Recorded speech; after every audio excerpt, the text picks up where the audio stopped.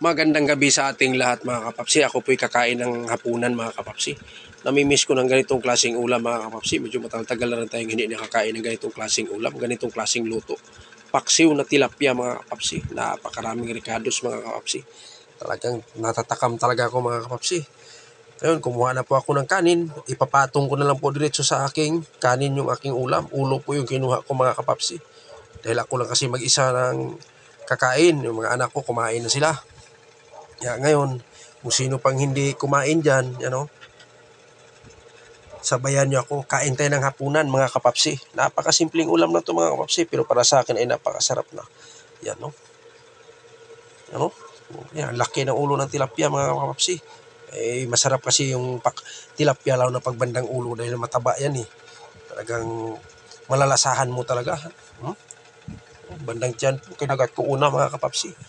Ngayon, ipagpatuloy natin kung sino pang hindi kumain dyan, sabayan ako. Kain tayo ng hapunan. Paksiw na tilapia. Napakasarap mga kapapsi. Tapos siling haba, yan. Panimbang sa ating panglasa yan mga kapapsi. Yan. Ngayon, dahil ulo po yung kinuha natin, medyo alalay lang tayo sa pagkain mga kapapsi. Dahil medyo mahaba ang tinik nito. Lalo na pag mga malaking tilapia na. Talagang matitigas na yung tinik. Kaya pag payo ko lang sa inyo, lalo na sa mga bata, huwag kayong basta-basta kumain ng tilapia. Dahil napakatigas yung tinik niyan, lalo na pagbandang ulo.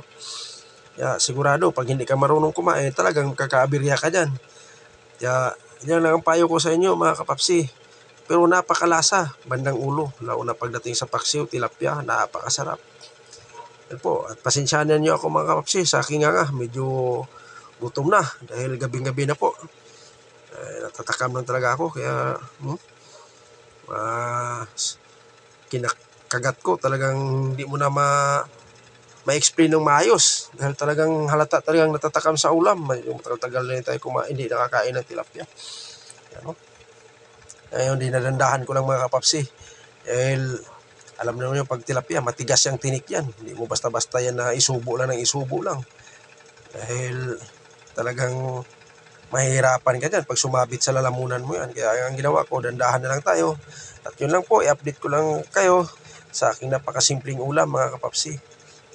Dahil namimiss ko po itong ganitong klaseng ulam. Medyo matagal-tagal na rin tayong hindi nakapagluto ng ganitong klaseng ulam. Yan. Paksiw na tilapia mga kapapsi. Kanina, pagdating ko, luto na. Kaya ako, kakain na lang agad. Dahil nakaready na yun, yung ating ulam natin at saka yung kanin.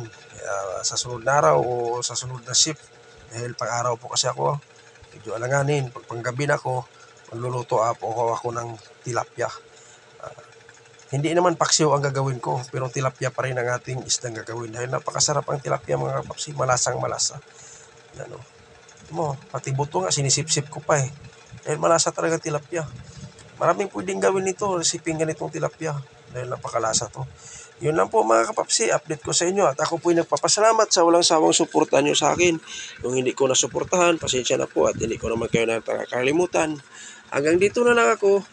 See you next vlog. Thank you for watching. At ingat po tayo palagi.